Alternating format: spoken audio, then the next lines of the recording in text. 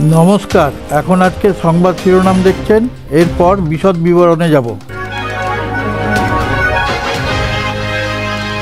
তিরুপতিতে পদপিষ্ট হয়ে স্ত্রীকে হারিয়েছেন ভেঙ্কটেশ। কিভাবে হলো বুঝতেই পারছেন না। এবার রিলায়েন্স বনাম আদানি গোষ্ঠী। মুকেশ আম্বানিকে খোলা চ্যালেঞ্জ দিলেন গৌতম আদানি। তৃণমূল বিধায়ক শওকত মোল্লার বিরুদ্ধে মানহানি মামলা করলেন আইএসএফ বিধায়ক নওশাদ সিদ্দিকী। শীতকালীন অধিবেশনে সংসদের দুই কক্ষে সবথেকে বেশি প্রশ্ন করেছেন বিজেপি সাংসদেরা। অবৈধভাবে দখলে রাখা কাশ্মীরি এখন পাকিস্তানের গলার কাটা। তারা বন্ধ করে দিয়েছে পাকিস্তান ও চীনের ব্যবসা। রোহিত শর্মার পরে ভারতের পরবর্তী অধিনায়ক হিসাবে এগিয়ে আছেন জসপ্রীত বুমরা।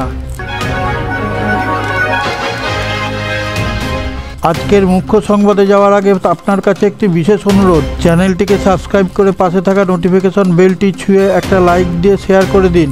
তাহলে আমরা বিশ্বের বিভিন্ন জায়গা থেকে সংবাদ সংগ্রহ করে আপনাদের সামনে তুলে ধরার অনুপ্রেরণা পাবো। পদপিষ্ট হয়ে স্ত্রীকে হারিয়েছেন ভেঙ্কটেশ। কিভাবে কি হয়ে গেল এখনো বুঝেই উঠতে পারছেন না যুবক। সংবাদ মাধ্যমকে জানালেন তার স্ত্রী ও অন্য ভক্তরা।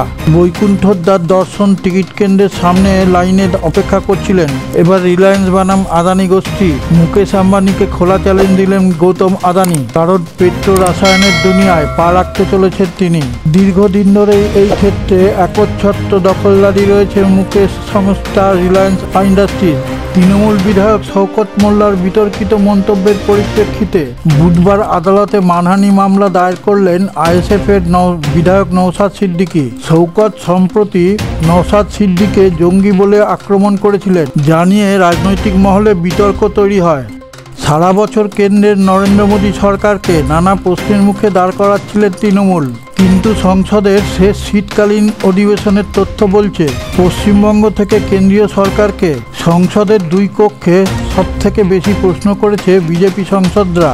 অবৈধভাবে দখল করে রাখা কাশ্মীরি এখন পাকিস্তানের গলার কাটা হয়ে দাঁড়িয়েছে।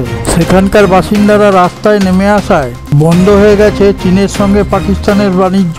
ফলে ইসলামাবাদের এখন ভাতে মারার অবস্থা হয়ে দাঁড়িয়েছে। বর্ডার গাভাস্কার ট্রফিতে প্রথম এবং পঞ্চম টেস্টে ভারতকে নেতৃত্ব দিয়েছেন বুমরা। প্রথমটি জিতলেও পরেরটা হেরেছেন। রোহিত শর্মার পরে ভারতের পরবর্তী অধিনায়ক হিসাবে এগিয়ে রয়েছেন জসপ্রীত বুমরা। আপনি যে জায়গা থেকে ভিডিওটা দেখছেন সেই জায়গাটির নাম কমেন্টে লিখে পাঠালে আমরা আপ্লুত হব।